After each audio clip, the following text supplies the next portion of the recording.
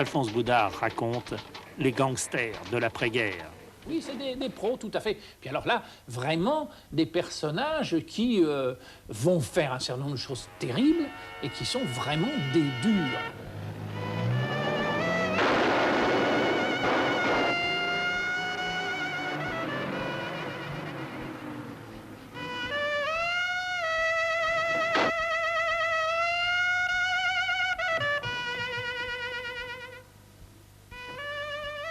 Loutrel est né en 1918, il est né dans la Sarthe. Et il paraît qu'il avait roulé un peu les airs. D'ailleurs, quand on fait des films de gangsters, ou si on veut parler d'Abel Danos ou de certains, ils avaient un accent où ils roulaient les airs. Si on faisait ça dans un film, ça paraîtrait comique.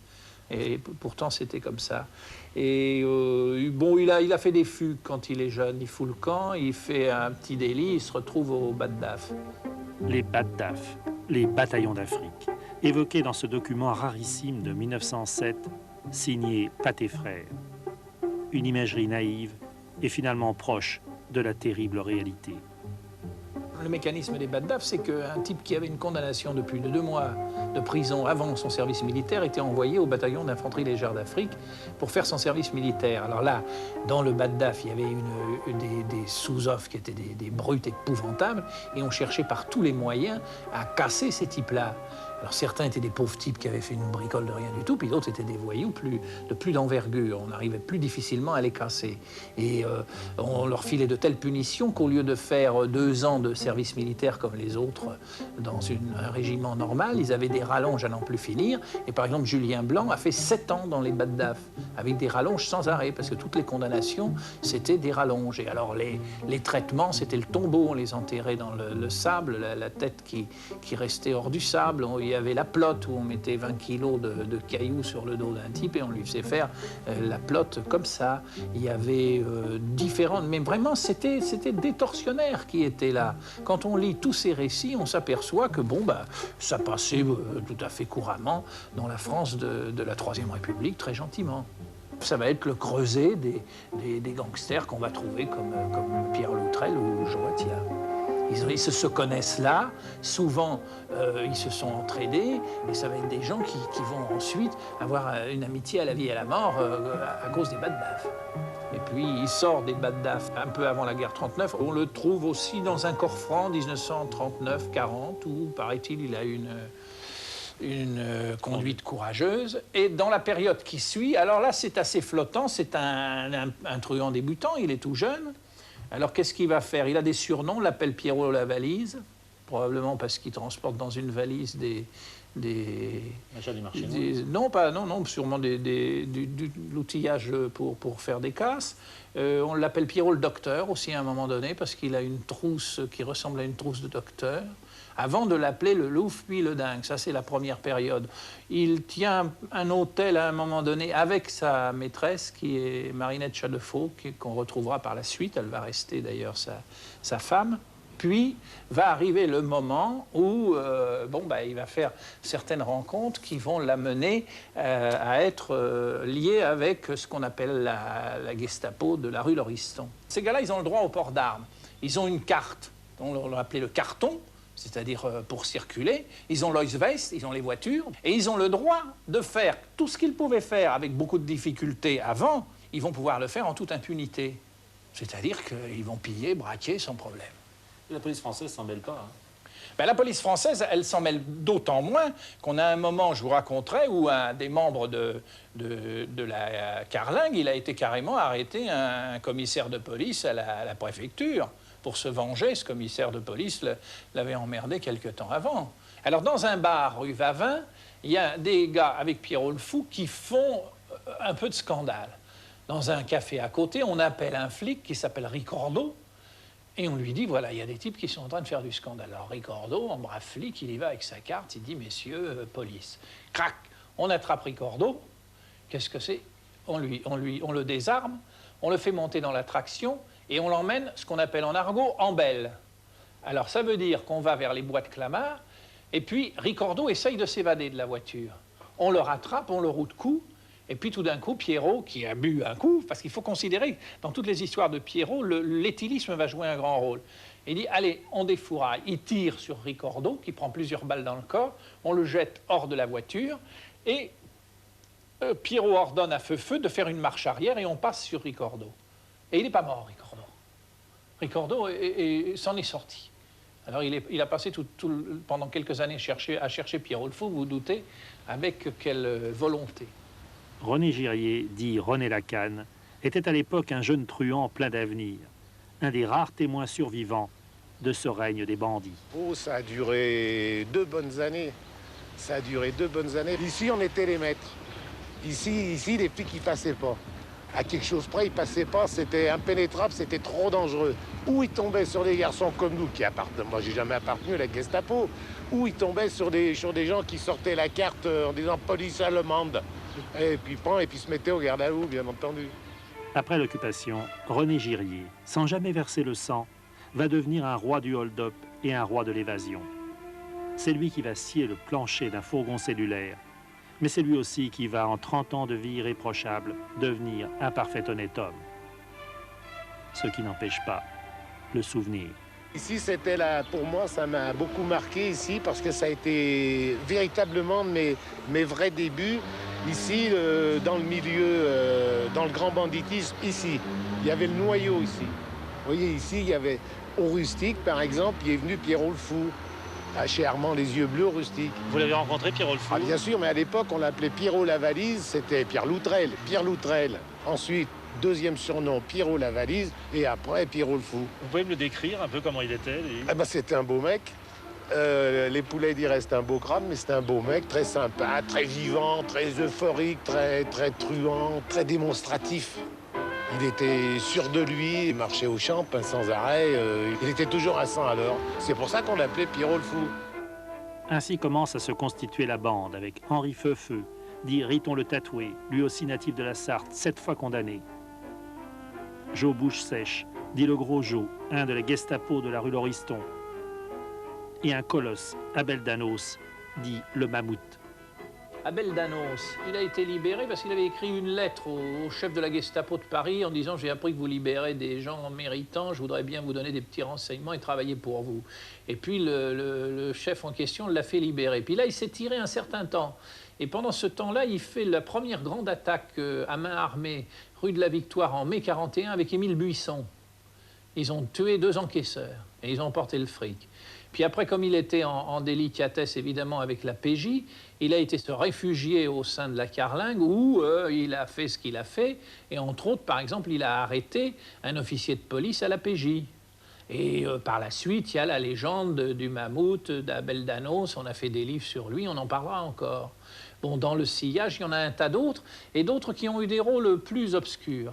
Alors, un autre personnage va jouer un rôle dans tout ça, c'est Joe Attia. Alors, Joe Attia, lui, est sollicité par la Carlingue. Il est l'ami de Pierrot le Fou, et Lafont et autres voudraient bien l'avoir avec eux, parce qu'ils savent que c'est un homme qui n'a pas froid aux yeux et qui travaille bien. Mais alors là, quelque chose se passe, c'est que Joe Attia, il ne va pas marcher, et puis il va faire de la résistance, et il va être déporté. Et il va aller à Mauthausen. Et là, c'est qu'il va être un détenu formidable pour les autres. Parce que vous comprenez qu'un type comme Joe Attia, qui a été dans les Baddaf, qui a été en prison, il sait comment ruser avec le système pénitentiaire. Il a une résistance formidable. Et il se trouve au milieu de gens qui sont des fourreurs, des cordonniers, ou des médecins, ou des avocats juifs. Et lui va être un type qui va les sortir bien souvent de la merde parce qu'il a il a toutes les ruses et tous les courages. Et ça lui vaudra par la suite une grande indulgence parce qu'il se sera fait de nombreux amis là. Alors on s'étonne que par la suite, il se rebibochait avec les gens qui avaient appartenu à la Gestapo, et avec Pierrot le Fou. En réalité, je vous dis tout à l'heure, c'est parce que ces truands, pour eux, ça n'a pas grande importance. Pour eux, à partir du moment où la page est tournée, on fait des braquages et puis barca. Dès le débarquement du 6 juin 1944, et au fur et à mesure de la libération du territoire, a commencé une vaste chasse aux collabos et surtout aux auxiliaires directs de la Gestapo. Pierrot fout le camp. Pierrot prend la tangente. Alors là, ça va être tout à fait extraordinaire parce que c'est encore dans le climat de l'époque. Qu'est-ce qu'il fait Pierrot? Il descend à Toulouse. Et à Toulouse, il rencontre un copain à lui qui est un voyou, mais il a bien tourné. C'est Naudy. Et Naudy est devenu maquisard et résistant. Et Pierrot, qui ne dit pas du tout ce qu'il a fait, on ne pose pas de questions, hein, jamais. On ne pose pas de questions. Et il lui dit, écoute, je voudrais bien travailler avec toi. Alors on dit, bon, on peut essayer, on va voir. Et il le présente à des amis. Alors, acte de bravoure de Pierrot, il va à Place du Capitole et il descend un officier allemand que la résistance cherchait à descendre vainement. Et lui, il prend son flingue, tout simplement, paf, il y avait en collé une, et puis il remonte dans la bagnole. Et à ce moment-là, tous les petits résistants du coin se disent, bordel, on a le héros. Et il devient un héros. Il devient le lieutenant d'Héricourt. Et ce lieutenant d'Héricourt, dans la région de Toulouse, va faire l'épuration. Vous vous doutez ce qui peut se passer à ce moment-là? Oui, on s'en doute. Car au-delà de la colère légitime, il y a cette abjecte violence contre de pauvres femmes, perpétrée le plus souvent par des résistants de dernière minute. Pierrot le Fou et ses malfrats, eux, vont surtout épurer les biens des collaborateurs ou supposés tels. Ensuite, ils vont se lancer dans des opérations de grande envergure. On va à l'apogée du gangstérisme en automobile avec la traction avant, et après, ça sera moins bien à cause de la circulation. Ce qui fait qu'aujourd'hui, il vaut mieux presque y aller à pied, en tout cas avec un Solex ou une moto. On ne peut plus circuler, tandis qu'au moment de la traction avant, là, c'est la reine des voitures pour faire. Elle braque très bien, les types qui sont à l'intérieur aussi. La 11 chevaux Citroën, l'immortelle traction avant, une date dans l'histoire de l'automobile que nous rappelle notre ami Claude Savary. La première chose révolutionnaire que l'on découvre à l'intérieur d'une traction, c'est le changement de vitesse. Le changement de vitesse qui, par sa forme, va très vite devenir, dans l'argot des automobilistes de l'époque, la cuillère à moutarde. Alors, ce changement de vitesse, il est au tableau de bord, il est fort commode, il est d'un maniement aisé, et il manie une boîte à 3 vitesses qui n'est peut-être pas la chose la plus merveilleuse, la plus élaborée de la traction. La traction, d'abord parce que la première n'est pas synchronisée, qu'elle gratte assez souvent, et secondement parce que elle méritait une boîte à 4 vitesses. Elle a une boîte à 3 vitesses parce que Citroën voulait qu'elle ait à l'origine une boîte automatique. Et la boîte automatique n'a pas donné satisfaction, étant donné les délais extrêmement courts de mise au point. Encore une fois, on n'a pas réussi à la mettre au point, cette boîte. Alors, en catastrophe, on a conçu cette boîte à 3 vitesses et qui restera sur la traction pendant les 23 ans de sa vie, de sa construction. Il y a autour de Citroën, pour construire cette voiture, et autour d'André Lefebvre, une équipe remarquable.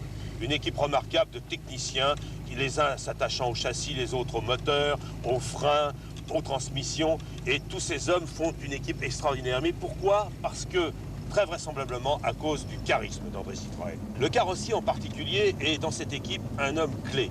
C'est un Italien du nom de Flaminio Bertoni, et qui est un véritable génie. Il dessine la ligne de la traction, cette ligne absolument immortelle.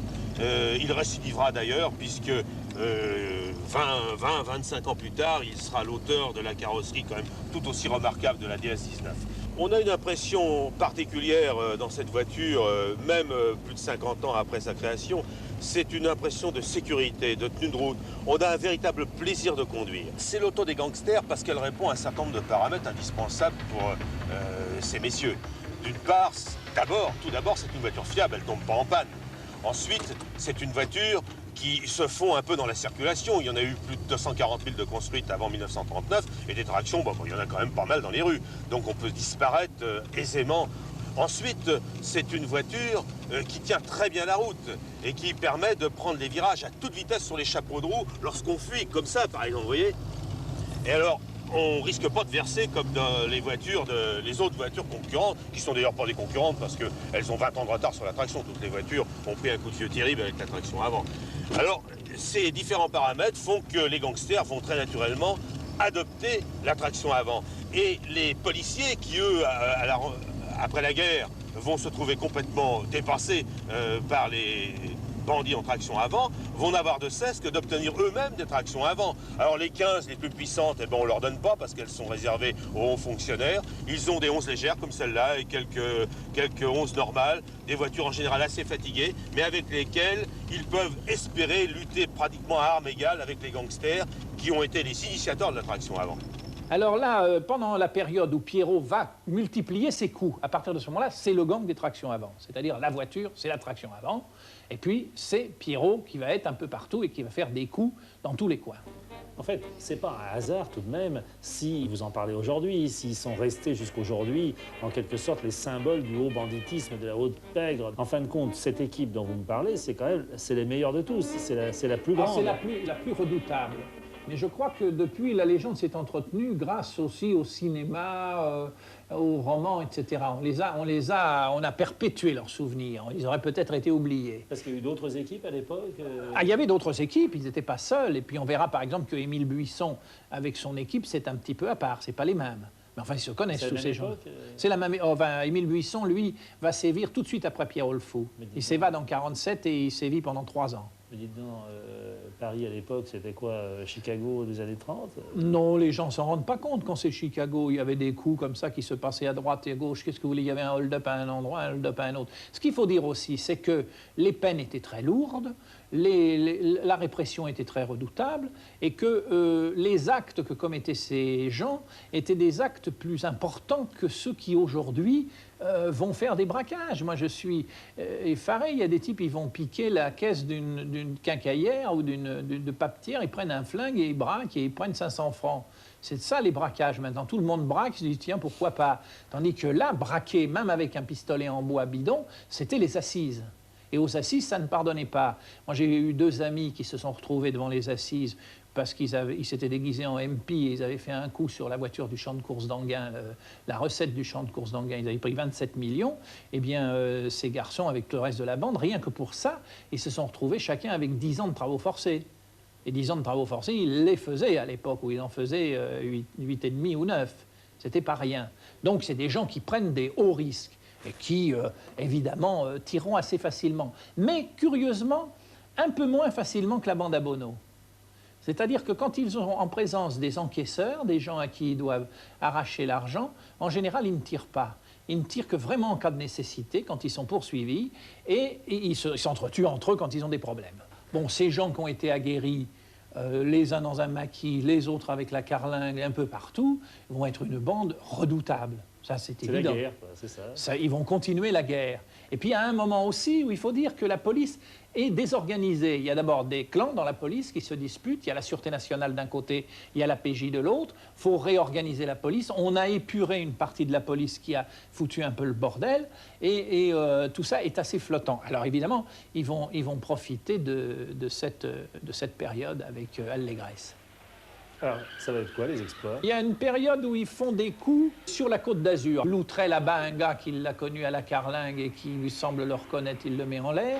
On sait que dans le Midi, il est à un moment donné à Marseille arrêté. Là, c'est un coup qu'on a d'ailleurs reproduit dans le film Le Gang.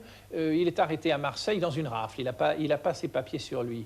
Alors les flics l'embarquent, on l'emmène au car. Et là, au car, il fait le petit garçon, il dit un nom quelconque, on le garde, on le met là sur un banc. Puis tout d'un coup, il aperçoit le râtelier des flics avec les armes au râtelier. Et à un moment où ils sont en train de boire un coup de rouge et de taper le carton, il bondit sur le râtelier des armes, il prend une mitraillette, il braque tous les flics et il se débine dans la ville. La poursuite. Il faut le faire. Voilà, c'était ça. Hein. Vous voyez, je veux dire, il y a tous ces coups fabuleux de la part de ces gens qui ne reculent devant rien. Il y a aussi, alors on a raconté la fameuse histoire où il est dans une boîte un soir et il y a une starlette qui sera plus tard Martine Carole, elle plaît à Pierrot le Fou et Pierrot le Fou la retire de la table où elle est avec des amis et dit « Allez, tu viens avec moi ». Alors la pauvre Martine, elle est jeton, on la met dans la bagnole, elle est avec 3 bandits, elle ne sait pas ce qui va lui arriver. Et puis, qu'est-ce que fait Pierrot? Il a bu un coup, il veut la sauter ou pas, j'en sais rien. Toujours est-il qu'elle râle, elle refuse, il lui file une trempe. Elle a un cocard, puis il la jette, c'est un jour de pluie, il la jette dans la boue, dans un bois.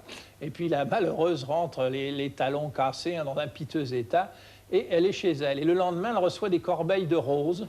C'est Pierrot qui a eu un remords, qui a trouvé son adresse et qui dit « pauvre femme », et il lui envoie des roses, il est très gentil le lendemain avec elle. C'était ça, c'est le fou. Une histoire qui est arrivée à Martine Carole. Ah, c'est une histoire qui est arrivée à Martine Carole. Elle ne s'en est pas beaucoup vantée parce qu'elle est devenue vedette après. Là, c'est dans la période où elle est starlette et elle voudrait bien arriver. Alors, elle est avec des gens intéressants dans ce bar et il lui arrive cette malheureuse aventure. Il y a une autre star On ne peut pas dire son nom, qui était une personne importante de l'époque, qui a été une des maîtresses de Loutrel. Elle a été un certain temps avec Loutrel. Elle jouait des rôles de pute, d'ailleurs, ça allait très bien. Elle était avec Loutrel. Alors Loutrel avait toujours sa marinette, son ami Chadefaux, qui était sa régulière. Ça, toujours. Et là, ils mènent la belle vie un certain temps, alerte, ils foutent le camp, etc. C'est tout le temps la poursuite. Alors, quand on arrive, par exemple, à la période 46, je vais simplement vous dire la liste, comme ça, des exploits de Pierrot le Fou sur l'année 46. Alors, le 7 février, il a un braquage du convoyeur du Crédit Lyonnais. Alors, ça, c'est avenue Parmentier à Paris. Alors, 3 500 000 francs. C'est une somme pour l'époque. Alors, le 7, le 11... Gare de Lyon, attaque d'une camionnette, des PTT, 2 millions. Le 13, alors 7, 11, 13. Alors là, il s'est déplacé, c'est près de Marseille, il a une Peugeot de la Société Générale. Alors, ils emmènent les employés, butin 2 500 000 francs.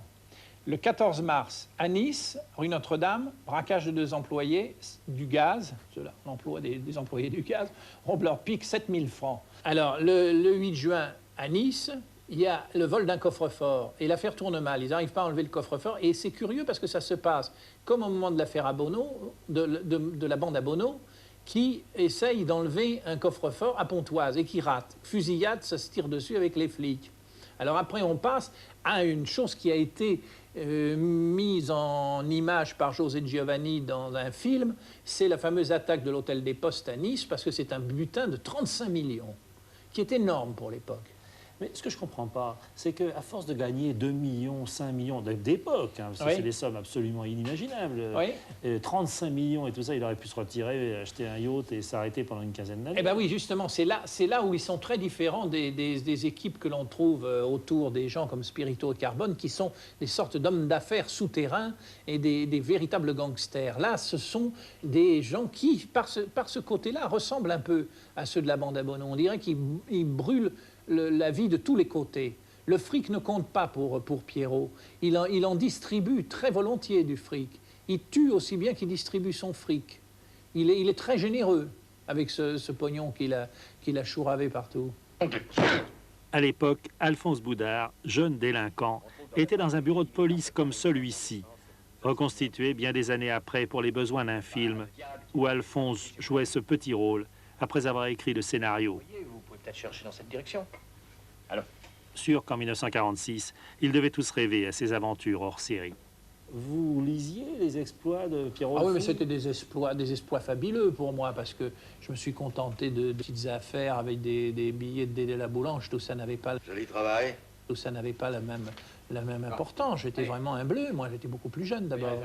Mais je veux dire, ça ne vous tentait pas d'imiter? La tentation, on l'a. Seulement, c'est bien facile de dire ça, mais il faut s'y mettre, il faut trouver les gens, c'est toute une histoire. Hein. Vous savez, le plus difficile, je vais vous dire, dans ces histoires, c'est l'équipe. C'est de trouver une équipe.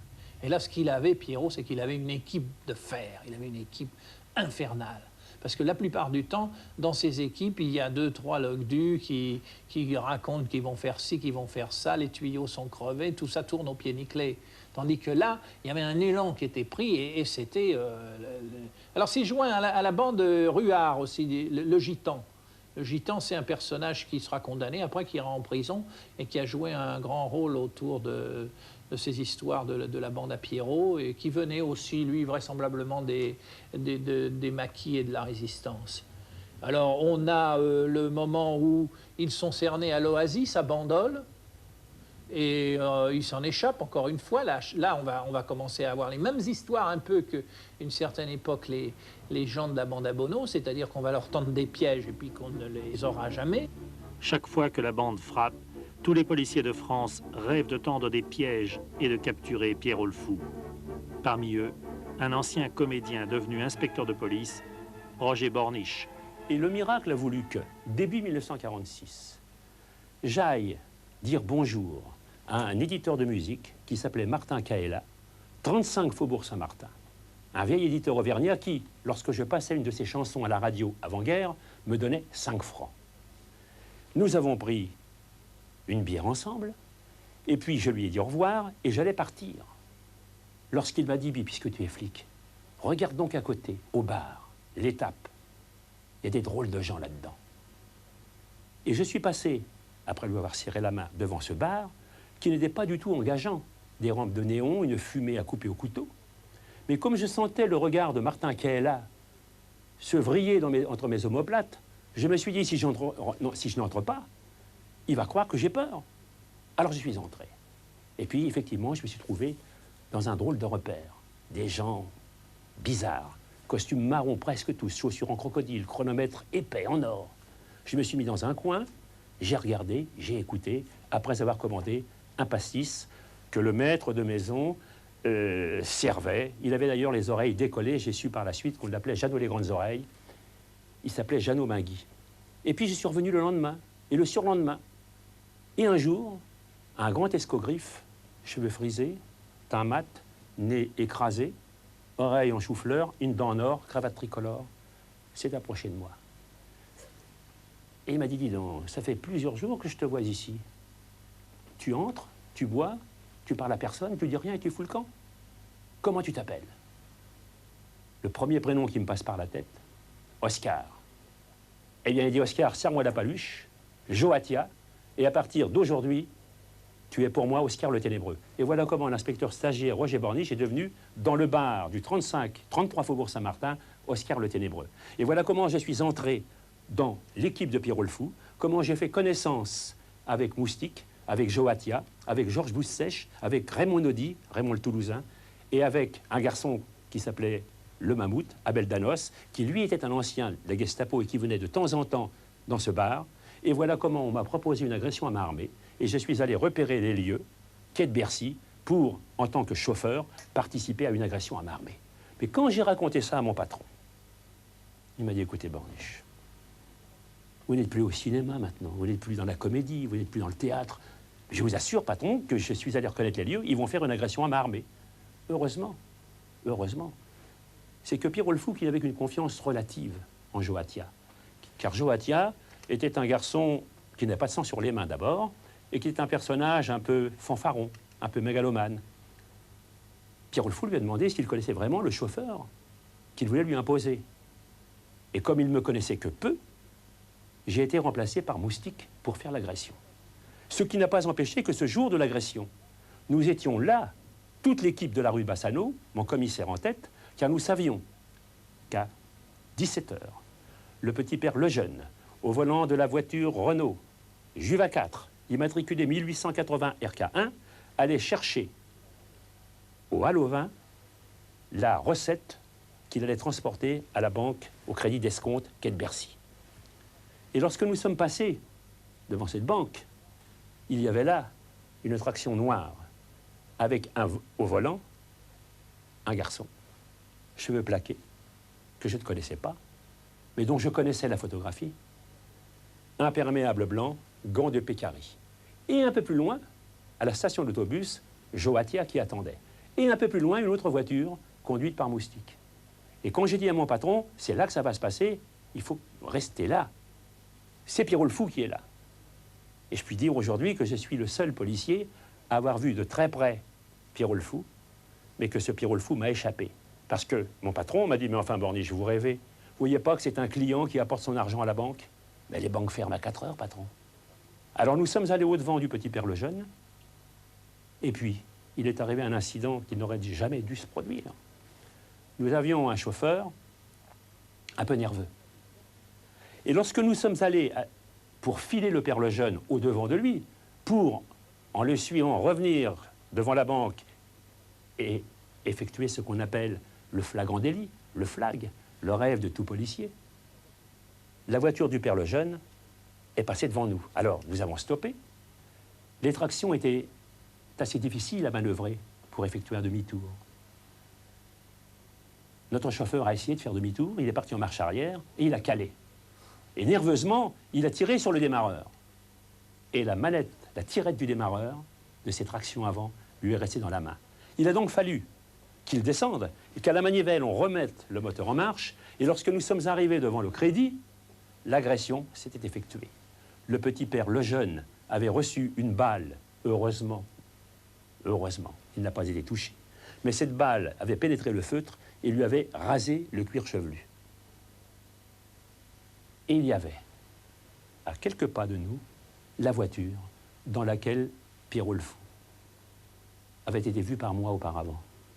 Et la mésaventure qui nous était arrivée à nous, lui était arrivée à lui aussi, car lorsqu'il avait voulu partir, la fameuse tirette de démarreur lui était restée dans les mains.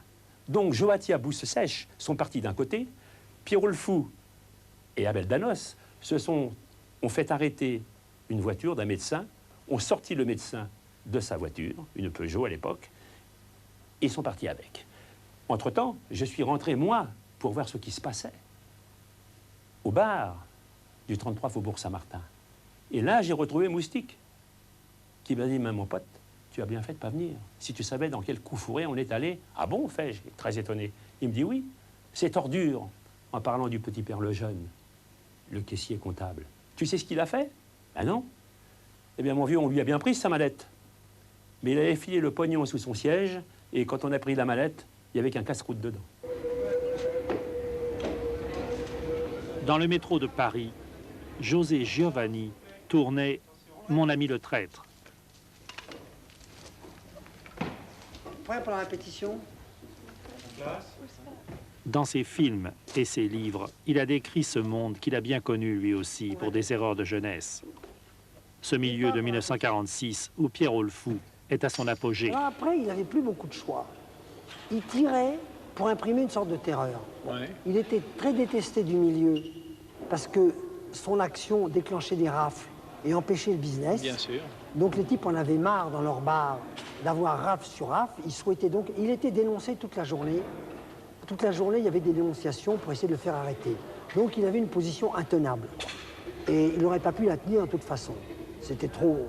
Il avait tout le monde contre lui, la société, les flics, qui avaient une haine farouche en même temps qu'ils en avaient peur, parce qu'il avait tué des flics. Il avait le milieu aussi contre lui. Les gens qui sont bien installés dans le milieu, qui sont des espèces de bourgeois du banditisme avec leurs petites affaires qui roulent bien, leurs boîtes, leurs filles, leurs bordels, etc., il est évident que des gens comme ça dérangent. Parce que d'abord, ils doivent pouvoir aller n'importe où. Ils entrent n'importe où. Et ils font la loi partout. Alors ils foutent la trouille à ces truands bourgeoisés. Et puis ils attirent la police. Et moi, je pense que même pour ses partenaires, c'était très difficile parce qu'il était tellement traqué, il était tellement prêt à faire le pire que les types qui sont associés à un type comme ça, ils partent pour une petite opération, l'autre, il tire sur tout ce qui bouge. Finalement, tout le monde va à l'échafaud là-dedans. On peut imaginer qu'ils aient envie de donner à la police. Ben, donner à la police, déjà leur fermer des portes. Parce que vous comprenez que pour que des gens... Qu'est-ce qui a fait, par exemple, que les gens de la bande à Bono n'ont pas pu aller très loin? C'est qu'il y avait un petit groupe d'anarchistes comme ça, et puis passé ces petits groupes d'anarchistes, il n'y a pas beaucoup de relais.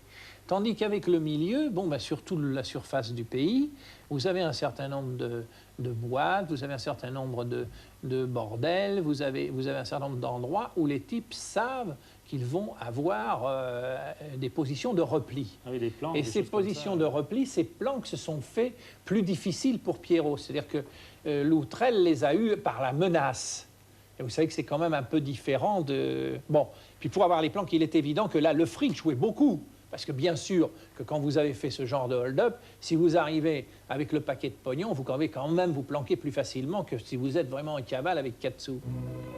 La planque favorite, c'est le bord de Marne, discret et champêtre, cher à Prévert, les guinguettes et les voyous.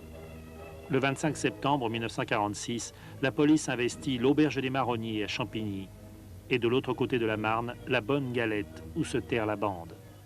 Cela fait bien sûr aussitôt le titre de ce journal de faits divers célèbre, Détective, dont on ignore trop qu'il fut fondé par Joseph Kessel et Gaston Gallimard. Pour les journalistes de détective, c'est le siège du siècle. Toutes les polices cernent la bande, mais Pierrot le Fou n'est pas là. Le plus stupéfiant, c'est qu'il revient sauver ses hommes. L'histoire de Pierrot qui fonce et qui est mitraillé et qui passe à travers le tir de police et qui finit par arracher ses potes. Alors là, la légende de Pierrot le Fou, elle est fabriquée. Puis alors là, la police est ridicule. Elle est encore plus ridicule qu'avec Bono, parce que Bono, ils y ont été avec des régiments de zouaves, une mitrailleuse, je sais pas quoi, mais ils ont fini par avoir ce malheureux Bono. Tandis que là, ils ne les ont pas. Ils ont tué un comparse, ils ont tué un malheureux qui est arrivé à la fenêtre, qui était le loufia de l'hôtel. Enfin, c'est vraiment ridicule pour la police. Et là, la grande cavale. Ils sont en cavale, mais à partir de ce moment-là, quand même traqués. À partir de ce moment-là, on va vers la fin de Pierrot. Là, on est en septembre, et puis la fin de Pierrot va être assez rapide après. Et il boit de plus en plus. En passant devant une bijouterie, il a vu des bijoux, et il a dit, tiens, il faudrait que j'offre ça à Marinette. Et tout d'un coup, il dit à ses copains, bon, on va y aller, il faut que j'aille chercher des bijoux. Il dit, ça va pas, on reste tranquille, etc. Il dit, bon, ben, je vais y aller tout seul. Alors à ce moment-là, comme il a bu pas mal, les autres se disent, on ne peut pas le laisser notre copain aller se fourvoyer tout seul dans une combine comme ça. Alors on monte dans l'attraction, on arrive devant chez le bijoutier, Pierrot le fou tout seul dit, bon, venez, j'y vais tout seul, laissez-moi faire. Il rentre chez Séraphian, le bijoutier, qui le reçoit, monsieur, je voudrais voir des bijoux. Il lui amène les bijoux devant lui. Là, à ce moment-là, il sort un flingue et lui dit, allez, envoie-moi ça, je suis Pierrot le fou. Et il tombe sur ce malheureux bijoutier qui n'y croit pas, qui lui dit, qu'est-ce que c'est que cette histoire? Il a l'impression d'avoir affaire à une rigolade et il résiste. Il lui dit, foutez le camp, il en colle une dans la paillasse, il recule. Là, les autres dans la voiture se rendent compte qu'il y a un coup de feu. Ils vont au-devant de Pierrot, qui titube pour aller vers la voiture. Le bijoutier courageux va encore sur le pas de la porte, poursuit Pierrot, et il arrivera jusque sur la chaussée où il se fera passer dessus par une autre voiture qui vient en sens inverse. Pierrot monte dans la traction, le chauffeur, lequel c'est, j'en sais rien, démarre, et Pierrot rengaine son flingue, son colt, dans sa ceinture. Et là, on dit, bon, il n'y avait évidemment pas le cran de sûreté, il s'est tiré un coup de pistolet dans le ventre. Alors, controverse à ce sujet-là, certains policiers, certains gens ont dit qu'il a pu être flingué par ses complices qui en avaient marre de lui. C'est une supposition assez gratuite. À mon avis, c'est vraiment l'accident. Pierrot, une fois blessé grièvement au ventre, ils ne savent plus quoi faire, ils l'emmènent dans une clinique pour le soigner. D'ailleurs, là se place un épisode marrant, c'était la période des 6 jours cyclistes. Et Abel Danos avait fait des courses cyclistes quand il était jeune, il adorait les courses cyclistes et c'était un grand admirateur de mon copain André Pousse, qui à ce moment-là faisait les 6 jours. Et il a été voir Dédé Pousse, là, tourner, ils ont bavardé, puis tout d'un coup, Atia a dit, on ne peut pas laisser Pierrot là-bas, il va lui arriver quelque chose. Il a tout de même sa fiche chez les poulets, allez hop, on quitte les 6 jours et on fout le camp chercher Pierrot. Alors pour le dégager de la clinique, il se déguise en infirmier, il a été opéré entre-temps, il a un drain. Le docteur a dit, on peut peut-être le sauver, mais il ne faut pas y toucher. Or, les types le trimballent, l'embarquent dans une bagnole et foutent le camp chez un ami des Baddaf. Encore, on retrouve les Baddaf, la grande solidarité des Baddaf, c'est une franc-maçonnerie, les Baddaf. Ils vont à Porcheville, chez un copain Baddaf, pour planquer Pierrot. C'est la banlieue ouest de Paris. Vous voyez, c'est au bord de la Seine. Eh bien, c'est dans cette voiture que Pierre Loutrel va lui-même faire son dernier voyage. Il est assis au lieu d'être allongé. Les plaies se rouvrent et il ne va pas supporter le voyage. L'attraction n'a pas une suspension merveilleuse. Les hommes roulent vite, ils sont sur la route de Mantes où ils essayent de fuir et de se cacher, de cacher leurs camarades blessés. Et en fait, ils vont le tuer. Et c'est l'attraction avant qui va le tuer, ça sera son dernier voyage. Il ne supportera pas ce dernier voyage dans une position qui n'est pas du tout celle qu'il devrait avoir cliniquement. Et quelques heures après, dans la nuit, dans cette nuit du 12 novembre 1946, il va mourir. Dans ce bord de Seine désert, cet ancien des Baddaf, un nommé Courtois, possède une villa isolée, la Titoune, une barque et bien sûr quelques outils de jardinage. Alors s'organisent d'étranges funérailles. Et on traîne le corps de Pierrot sur cette île des Châtaigniers. Il est enveloppé dans une couverture, il est lourd. Ses complices l'amènent par ici, où on va creuser pour l'enterrer. On dépelle, ils ont des pioches, il pleut, petit crachin. C'est vraiment très sinistre, parce que il y a autour la nuit, et puis 3 hommes qui vont en enterrer un autre. Alors on fait un trou. Auparavant, quand on était encore à la Titoune, Joe Attia a mis un chapelet entre les mains de Pierrot avant de l'envelopper dans la couverture. Et puis, quand il est au fond du trou, eh bien, Joe dit on peut pas enterrer Pierrot comme ça sans faire une petite prière. Et lui va faire une prière, il va dire, certains récits disent un mea culpa. Mea culpa, c'était tout à fait indiqué. Hein. Oui, mais je ne sais pas du tout ce qu'ils ont pu dire. Ils avaient tous reçu sûrement à un moment donné une éducation chrétienne. Ils avaient appris un peu les prières, comme on les apprenait à ce moment-là. Et puis on recouvre Pierrot. Le lendemain, à la Titoune, chez Courtois, il y a eu une scène tout à fait dramatique. C'est-à-dire que Marinette, prévenue par Abel Danos, est arrivée. Et elle a commencé à accuser Joatia et Bouche Sèche. Dit, vous l'avez tué. Ben non, on ne l'a pas tué. Il y a eu tel et tel accident. Atia lui explique. Et elle est furieuse. Elle dit, vous l'avez laissé crever. Il y a une scène dramatique qui est racontée par certains. Et elle les accuse. Elle dit, vous l'avez tué. Et elle a une très mauvaise parole parce qu'elle dit, je vais aller tout dire au poulet. Alors là, elle a signé son arrêt de mort. Parce que chez Joatia, il essaye encore de temporiser, mais Bouche Sèche s'est dit, ça y est, là, c'est le gros danger. Si elle va au poulet, on est foutu. Et on l'emmène le soir, donc du lendemain, du 13. On l'emmène sur le même endroit en disant, Marinette, elle veut dire une prière sur le lieu où était Pierrot. Et là, alors d'après certains témoignages, mais on n'a pas de preuve absolue, elle est à genoux, et tout d'un coup, Bouche Sèche lui colle une balle dans la nuque. Et depuis lors, on n'a jamais revu Marinette. Et si, 2 ans plus tard, Courtois ne révèle pas à la police que Pierrot le Fou est à cet endroit, on ne l'aurait jamais retrouvé. Je ne comprends pas d'ailleurs pourquoi. Eh bien pourquoi? Pour différentes raisons, parce que pendant 2 ans, pendant cette période, on va attribuer à Pierrot le Fou tous les hold-up de traction avant de la région parisienne. Mais c'était ça que ses complices avaient dans la tête? Ils avaient plusieurs raisons. Ils avaient celle-là et puis ils avaient le fait qu'ils avaient décidé auparavant ils avaient promis à Pierrot, à Loutrel, qu'on ne le retrouverait ni vivant ni mort. C'est finalement l'inspecteur Ricordo, ici à gauche, ce miraculé, qui a depuis 5 ans, avec la ténacité de la plus froide des vengeances, réussi à remonter jusqu'à Courtois, qu'on le voit interroger. Celui-ci va finir par montrer l'endroit où est enterré Pierrot le Fou. Le 7 mai 1949, c'est l'exhumation et l'identification grâce au fameux drain retrouvé sur le squelette et à une fiche dentaire. Entre-temps, la bande a erré de France en Italie, plus ou moins ensemble, plus ou moins traqués, au hasard de coups de plus en plus périlleux. Raymond Naudy est repéré par la police à l'un de ses voyages de retour à la frontière et abattu avec son enfant et sa compagne qui a la chance de survivre. Quant à Joatia, il aura un destin tout différent qu'a connu M. François Marc-Antony. Comment était-il, Joatia? Joatia, pour moi, c'était un type très bien, très gentil et très serviable, qui avait été résistant aussi puisqu'il a été déporté. Et j'ai toujours eu avec lui des relations aussi bien après la guerre qu'il avait un café pas loin d'ici d'ailleurs, où j'allais très souvent, et nous avons toujours été très amis. Pour moi, c'était un homme très bien. Chez lui, il y avait des gens très bien qui venaient, aussi bien des avocats, des magistrats, il y avait de tout chez Joatia. Il y avait aussi des journalistes comme Jean Marcilly, qui vivait à Montmartre, près du bar de Joatia, dans le fameux hôtel Terrasse.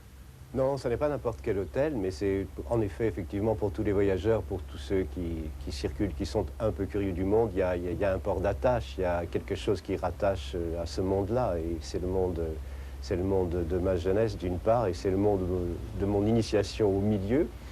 Comme le milieu était là tout autour, fatalement, on revient sur les lieux du crime, en quelque sorte aussi. Mais Atia, finalement, il allait de malchance en malchance, parce que quand même, Atia, qu'on a appelé le roi du non-lieu, il a fait 11 années de préventive. Vous voyez que c'est colossal. Il n'a jamais été pris pour ce qu'il avait réellement fait. Mais on l'a toujours flanqué dans des histoires invraisemblables où il n'avait strictement rien fait. Alors, comme il attendait des fois 3 ans en prison avant d'obtenir un jugement, donc un non-lieu parce qu'il y était réellement pour rien, il a fait 11 ans de prison. Vous voyez, c'est très très long, 11 ans de prison. Vous avez souvent un non-lieu, puis quand même, vous êtes toujours... C'est mon cas, moi j'ai un non-lieu, puis je suis toujours le suspect numéro 1. Donc, vous savez, le non-lieu, vis-à-vis de la loi, oui, mais on traîne ça, le non-lieu, ça ne veut... Oui, vous êtes libéré de la loi, quoi, c'est tout. Un non-lieu, c'est un non-lieu, mais dans l'esprit des gens. Mais vous me direz, vous pouvez être acquitté aux assises et puis être encore considéré comme le coupable. Ça, je crois qu'on n'est jamais blanchi par la justice. Joatia mourra longtemps après, en 1972, d'un cancer. Quant à Bouche Sèche, on va reparler de lui en 1965. De 1 colonne à 8 colonnes à la une, en 3 mois, un fait divers a atteint les dimensions d'une affaire d'État. C'est, dit un communiqué officiel, une entreprise criminelle montée à partir de l'étranger et qui a bénéficié de certaines complicités de la part d'agents des services spéciaux ou de policiers français. La victime, Mehdi Ben Barka, leader de l'opposition marocaine. Le 29 octobre 1965, il est à Saint-Germain-des-Prés en compagnie de l'étudiant marocain Adzemouri, dont le témoignage déclenchera l'affaire. Devant le drugstore, 2 policiers français, Louis Souchon et Roger Boiteau, l'invitent à monter dans une voiture de la police. L'agent secret Antoine Lopez est présent. Lui et les 2 policiers déclareront plus tard avoir prévenu leur chef.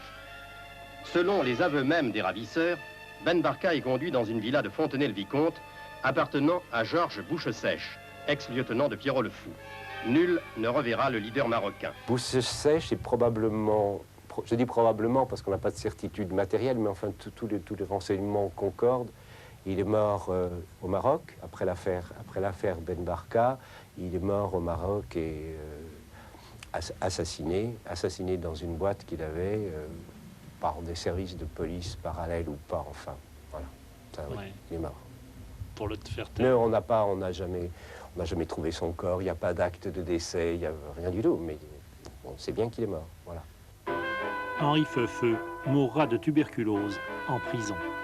Il était dans la compagnie d'un tuberculeux. Et les tuberculeux expectorent, comme chacun sait. Alors lui, il a recueilli ces expectorations, et puis il les a avalées pour s'inoculer, si vous voulez, la tuberculose, et pouvoir sortir de prison.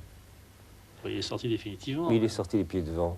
Échapper peut-être même à la peine de mort. Et pour échapper peut-être à la peine de mort. Enfin, Abel Danos, l'ancien de la Gestapo, est capturé non sans mal. Promis au poteau d'exécution, il est d'abord interrogé par un très grand policier, le commissaire Chenevier. Mais Danos ne cède pas, c'est un homme du milieu qui ne parle pas, il ne donne pas les autres. Alors il y a des matinées entières passées dans un certain silence. Toutefois, comme tout homme, Danos a un tendon d'Achille, mais quelque chose d'exacerbé chez lui. Il a une vocation pour son père. Il adore son père. Il adore son père parce que M. Danos, son père, est instituteur à Dijon et qu'il lui a fait beaucoup de méchanceté à son papa. Et c'est le seul remords qu'il ait jamais éprouvé. J'ai fait de la peine. Il est honteux et il adore son père.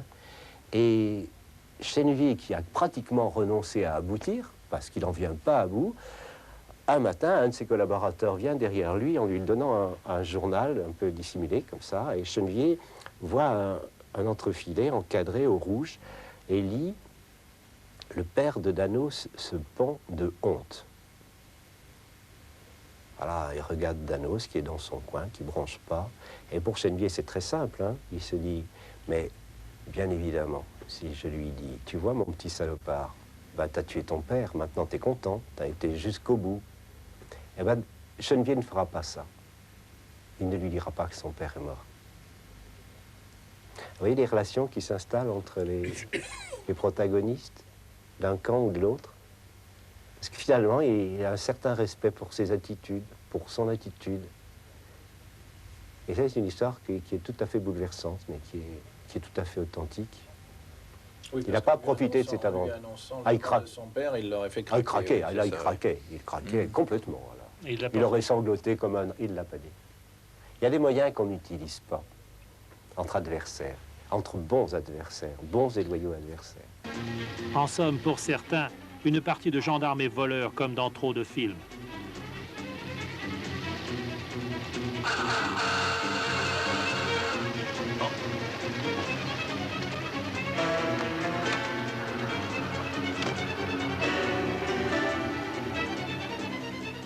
La réalité est tellement plus sordide et brutale. Et nous verrons dans notre prochaine émission comment des films peuvent ainsi, hélas, servir d'exemple et amené de malheureux adolescents à la délinquance et la guillotine. Du temps où il y avait la guillotine.